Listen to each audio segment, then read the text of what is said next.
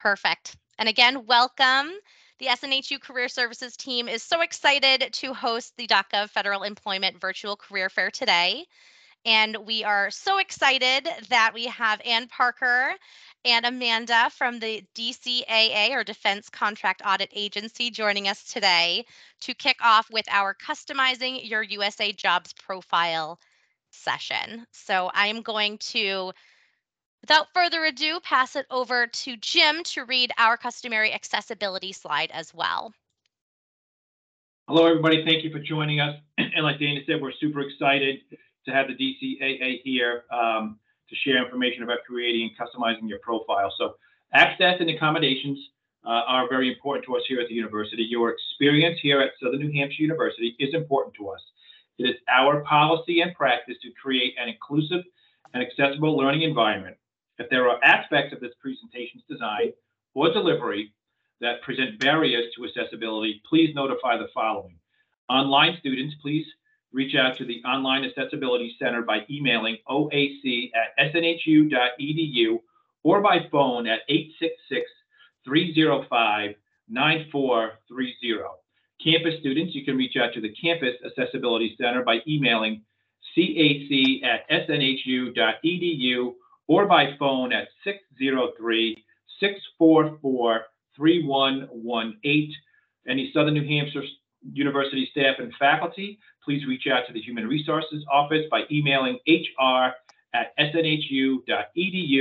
And any non-Southern New Hampshire University attendees, please reach out to myself, Jim Lindsay, at j.lindsay1@snhu.edu. That's j.lindsay, the number 1, @snhu.edu. So at this point, Ann, I'm going to throw it on over to you, and we'll look forward to everything that you have to say. Fantastic. Thank you so much. I appreciate it. And we very much appreciate the opportunity to be here with all the Southern New Hampshire University students and at least introduce the possibility of civilian employment with the federal government. Some folks are under the impression that, by example, DCAA, Defense Contract Audit Agency, we are a small agency under the Department of Defense umbrella. And we are not just military. We have plenty of civilians like myself and Amanda, who's joined me here today, people just like you who are working for the federal government, enjoying the great benefits that we all have. So we're going to demystify some of the puzzling components of applying for federal jobs. And I'm going to back up a second and introduce myself. I am Ann Parker, and I am the Strategic Outreach and Recruitment Program Manager for the Defense Contract Audit Agency, also known as DCAA. Hopefully you've seen us on Handshake. I have personally been with the government for 13 years, and I began my own personal career here by applying to a job on USAJobs.com, just like many of you hopefully will. So that is what we're going to bring to the table here today. I've also brought with me Amanda Demine. She is on the recruitment team as well, and a subject matter expert for applying on USA Jobs. So she's going to walk you through a lot of the components, the nuances, and I'm going to watch the chat for questions. If we could move on to the agenda slide, please. Great. So these are the things we're going to talk about. Here is the agenda. We're going to move very swiftly through the material just so that we can make sure we have plenty of time to address your questions at the end, of course. And I believe you'll be presented with a set of the slides. Right, Dana, Jim, right? That's correct. Yep, we're happy to send that out to a PDF to all registrants. Absolutely. Super wonderful, because you're gonna have these step-by-step instructions to be able to look at and use in the future. All right, so we can move on to the next slide. And I just want to point out one thing, and then I'm going to hand it over to my amazing colleague. The number one bullet on this page is all federal job opportunity announcements are posted on USAJobs.gov. That is not a perfectly true statement. By example, Defense Contract Audit Agency and many other federal agencies have what's called direct hire authority. And so you may see a job opportunity with a federal agency on LinkedIn, or you may see an opportunity in other places. And I can share some notes with you as we go along I'll jump in and say that's what I meant by an opportunity. And there are a few, but there are some. So it is not the only place, but it is the primary place to find and apply for federal jobs.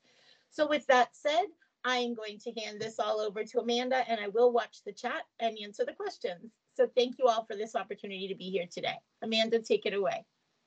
Hi, I'm Amanda. So USA Jobs, USAJobs.gov is where you're going to go for all the federal job opportunity announcements, like Ms. Ann said. JOAs are posted in a standard manner, and they contain valuable information such as the job title, the pay plan, the series, the grade. Your job duties and the minimum requirements are going to be posted on that job announcement as well.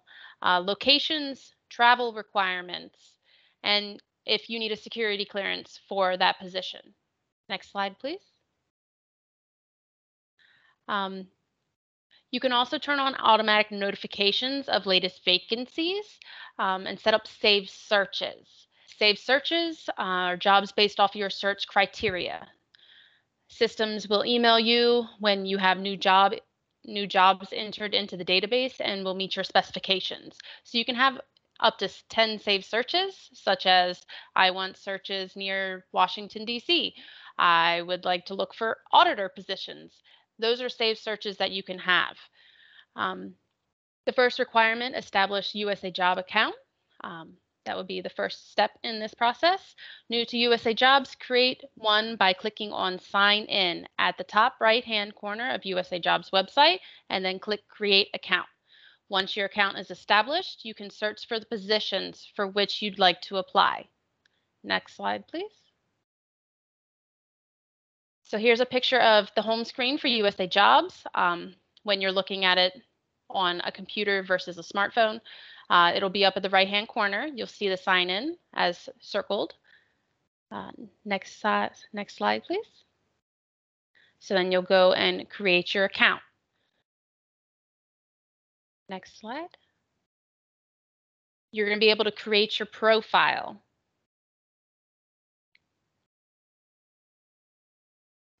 So once the profile is created, you're able to input your name, address, citizenship status, federal employment status, and military service. And you can create your profile. After you have created your profile, you can complete your profile by clicking here.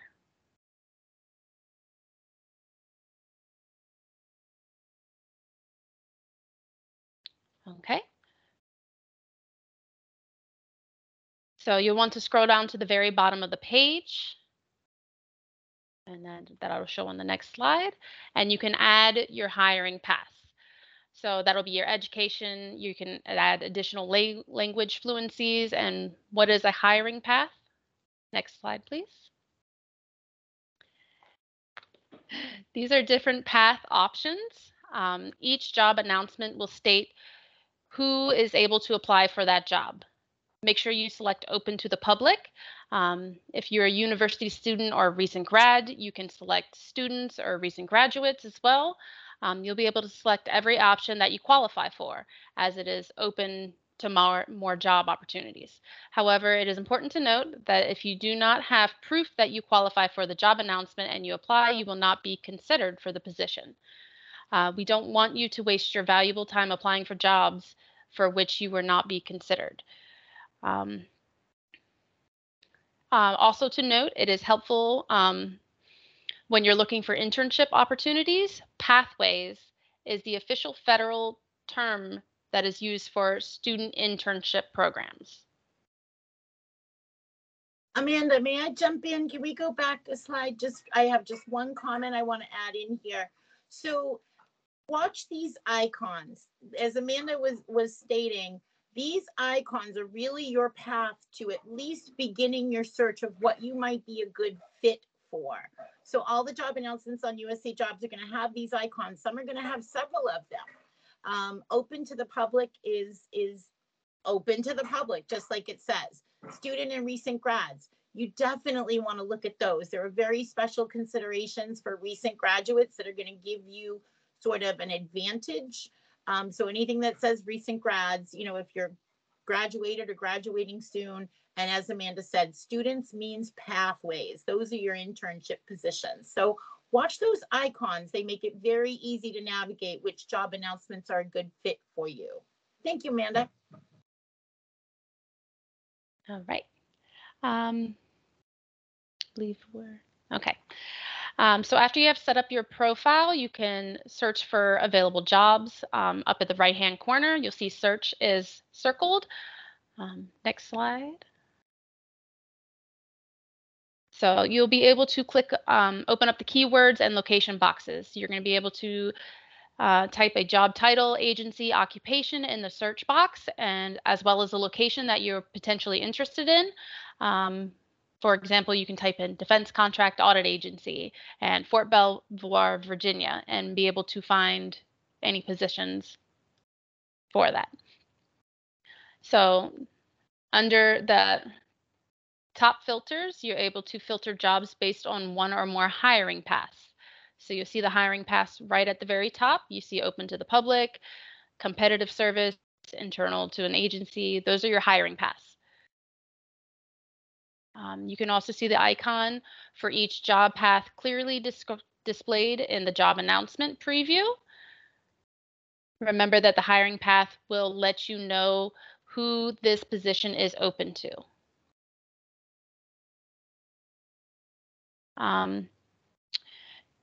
It will automatically search for a 25-mile radius for whatever location that you have put in.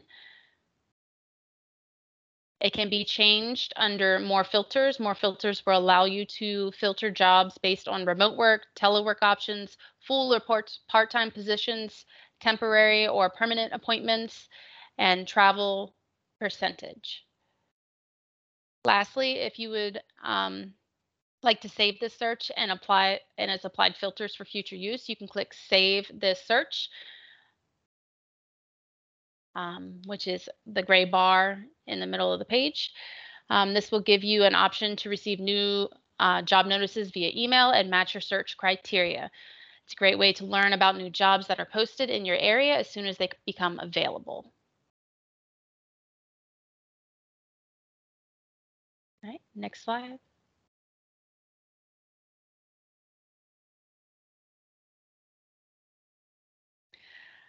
Okay, so this is an example of what the notifications will look like when they are sent to you from your saved searches. You can save multiple searches and, of course, remove saved searches at any time. So, next. Okay. At the bottom of every job announcement, there is contact information in case you have questions or something goes wrong with your application process. It may not look exactly like this, but contact information is always provided. Do not wait until the closing date to apply. If you're applying at 11 p.m. the night of the post closing, you will not be able to have the support if something goes wrong. Okay. You can get back to the home page at any time by clicking your name at the top of the page. We'll do this now and create a new resume. Okay, so from the home page, you can click on Documents. And then as circled, you can upload or build your resume. Take note, don't include photos, personal information such as your social security number when building your resume. Later, you can upload your transcript and any other documents you may have by clicking the Other tab on this page as well. Okay, you'll be given the option to build or upload your resume, but we strongly encourage you to build your resume within USA Jobs, as it is the preferred format. Federal applications do not have a page limit, but remember there is someone reading it. Past 10 years of experience is sufficient. Highlight prominent accomplishments up front. Make sure you are selling yourself. Include any career development opportunities and include significant honorary awards. Right. This is what the platform looks like when you're building your resume and work experience, related experience to the job you are interested in. You're going to create more than one resume to cover different occupations, positions considering your interests and or qualifications. Use action verbs and action tenses. Use language similar to that to what is being requested. The font and style is nice, but content is key. And make sure you spell check, and again, make sure you're selling yourself on your resume. This is how everyone's going to see you on USA Jobs. Next slide.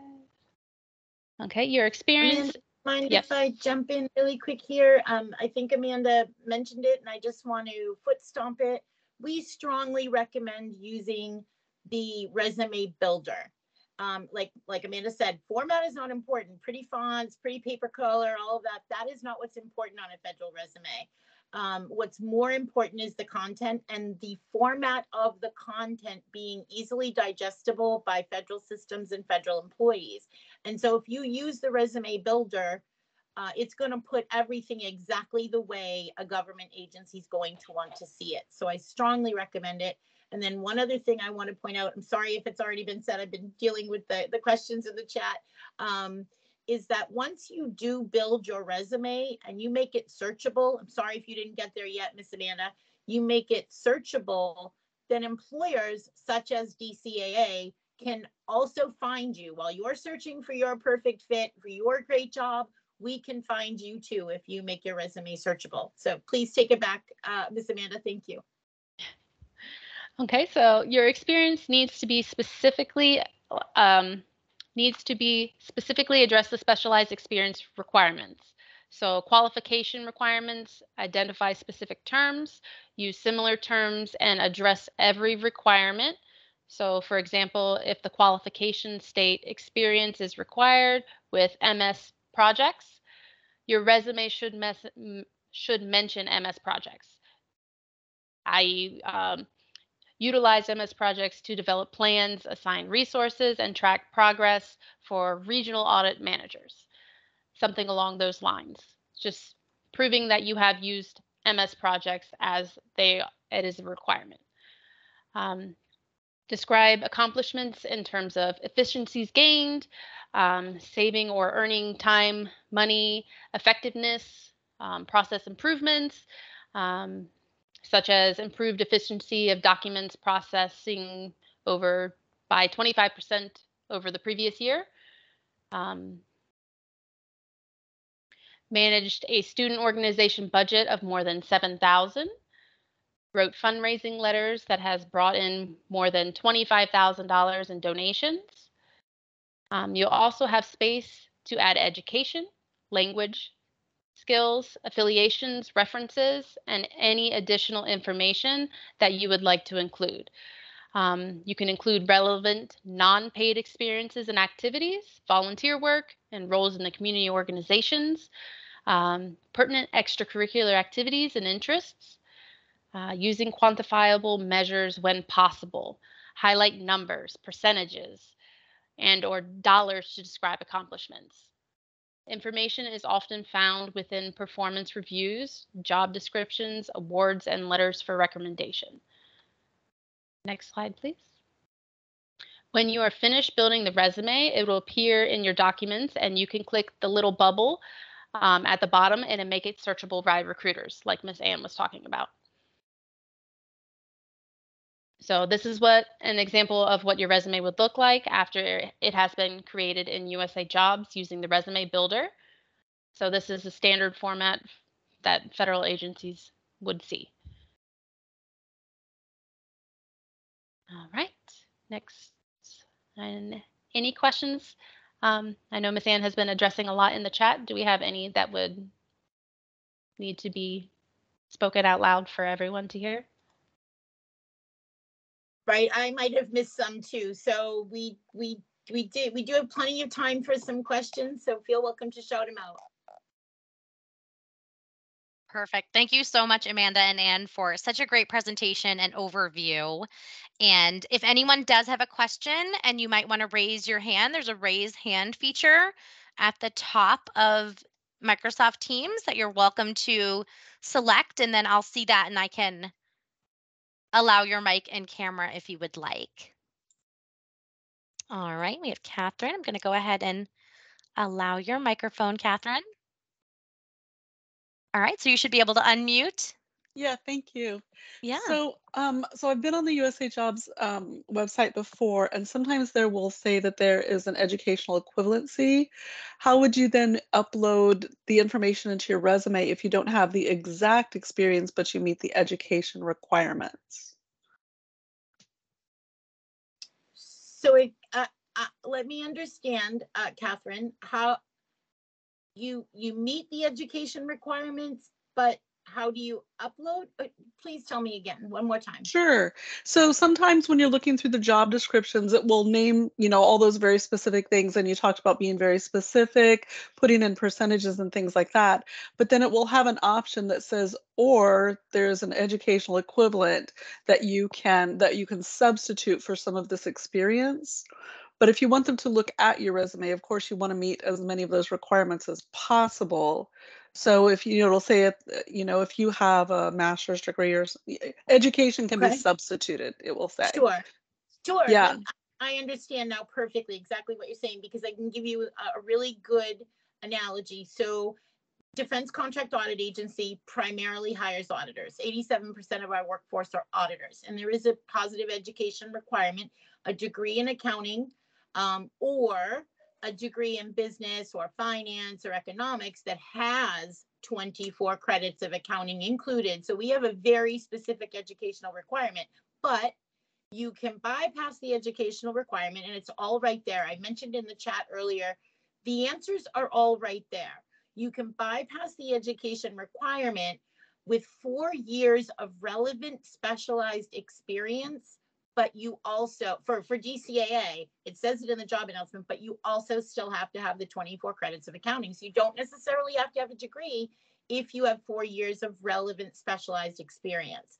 And the most important thing is to be able to communicate your relevant specialized experience. And the answers, again, are all in that job announcement. So if you look at the duties and the description, you'll see for an auditor, by example, they have to have some experience with working papers and ledgers and, drafting audit reports. I mean, obvious things, right? So as long as your resume states that you have that specialized experience, don't copy paste, please. I promise you people will pick up on that. But if you have the experience, say it. There is absolutely no award for brevity in your resume. It can be 12 pages long. The important thing is to communicate that you have that experience and communicate it very well. So don't worry about brevity. Make sure that you spell out your specialized experience if you do not have the education requirement. It'll say it in the job announcement. I know it can be daunting and confusing because they're often very long and often have some information in there that doesn't make any sense. But if you break it down and digest it, it will all make sense. That was a great question, Catherine. Perfect. Thank you, Anne. And next question, I have Allison Mercado. If you'd like to ask your question, I'm going to go ahead and turn on your microphone. Okay, so my question is there any additional documentation I need to supply when building my profile if I am the spouse of a disabled veteran with 15 years service experience? Like he was in 15 years. Right. So if you have that distinction, Allison, that you are a military spouse, and even if some of you might have, a spousal veterans preference or something like that, you very well want to document. You don't, the requirements of what documents you have to attach is in the job announcement. It's down usually closer to the bottom. It'll say what documents you're required to provide. Like for in DCAA's case, you need to provide a resume and transcripts at the very least. So Allison, if you're going to claim your benefit, you're going to want to attach the relevant documentation, and any specific job announcement should list what it is that you need to include. And if it doesn't, or you have any questions, there should be a POC always at the very bottom of the announcement to assist you. Okay, thank you. You're welcome. And one more thing I wanted to point out before we take another question. I'd mentioned earlier that there are other ways to find federal jobs. So once you have your federal resume, once you have your USA Jobs account built and you're live on USA Jobs, you can look at USA Jobs events. It's easy to find on the USA Jobs platform. USA Jobs events are going to list like hiring events and other recruiting events that you might want to attend. So that goes back to what I said earlier. We have direct hire authority. You'll see DCAA there with our hiring events and our info sessions.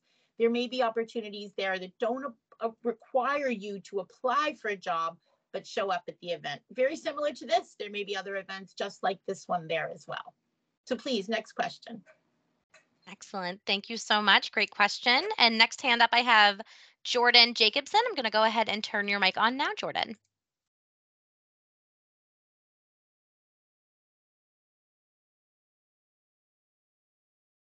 Oh, Jordan, did you still have a question? All right, so we'll go ahead and move to Ruby Zormier. I'm going to go ahead and turn your microphone on, Ruby.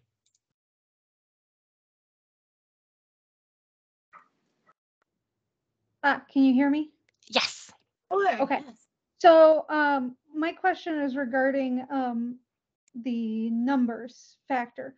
Right now, I currently work for a local law enforcement agency. I don't have any like the specialized like IDEX or NIBRIS training, but I have worked with those systems.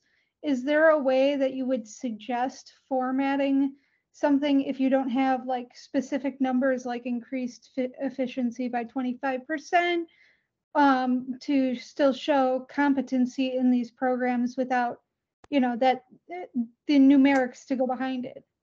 Absolutely. Yes. You can absolutely present your experience, which is valued. I can think of a few agencies who would definitely want to talk to you, Ruby.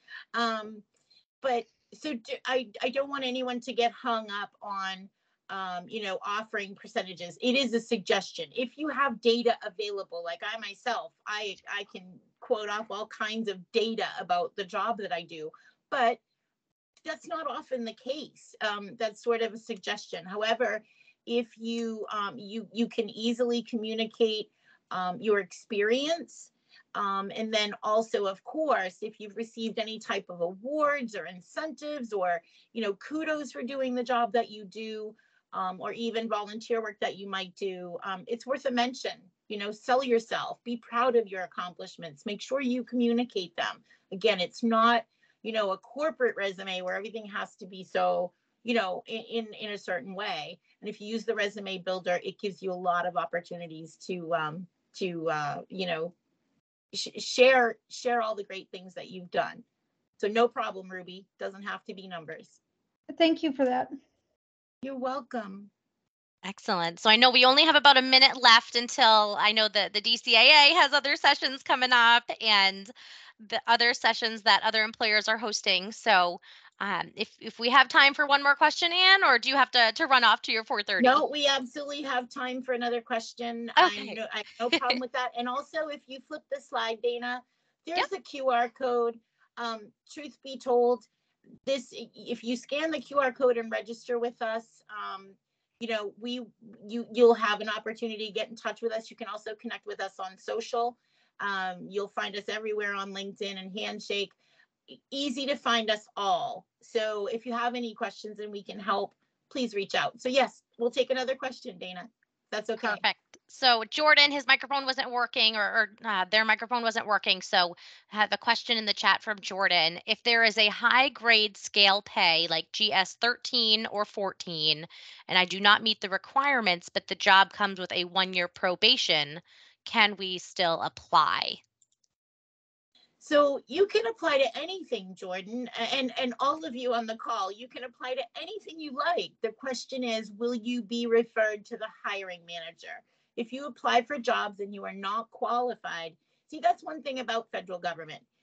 We don't have the same ability as a private, private company, a private sector company, to say, geez, Jordan, you might not meet quite the qualifications that we're looking for, but I see that you have this and you have that. Let's talk anyway. For a lot of federal government jobs and agencies, you have to meet the qualifications, or we can't even consider you. So you can apply for 100 jobs a week, but if you're not qualified, you're going to get that "you're not qualified" automated email. So really take a look at the job announcement and see if you'll meet the qualifications. You won't be penalized for applying to jobs you're not qualified for, but you probably won't be referred to the person who's going to make the decision on the hiring if you're not qualified for it. I hope that helps. Great overview, Anne. Thank you so much for all the detail, and Amanda, you as well, and for everyone joining us for this kickoff session. Thank you for being here. We hope you enjoy the remainder of sessions. You can jump into the event in Handshake and find sessions if you're not signed up for additional. There are others from 4:30 to 6 o'clock p.m. tonight, every half hour. So feel free to jump in on an open session. There is a help desk if you need help. I'm actually going to jump over there, so I'll see you shortly if you need help at all as students. But again, thank you, Anne, for everything, and Amanda, and we look forward to many connections with thank you, Dana and students Jim. in Appreciate DCAA. it. Any account students, DCAA. Thank you so much for the opportunity to meet with you. Wonderful. Thank you so Take much. care, everyone. Have a great time at the Virtual Career Fair, everyone. Thank you for joining us.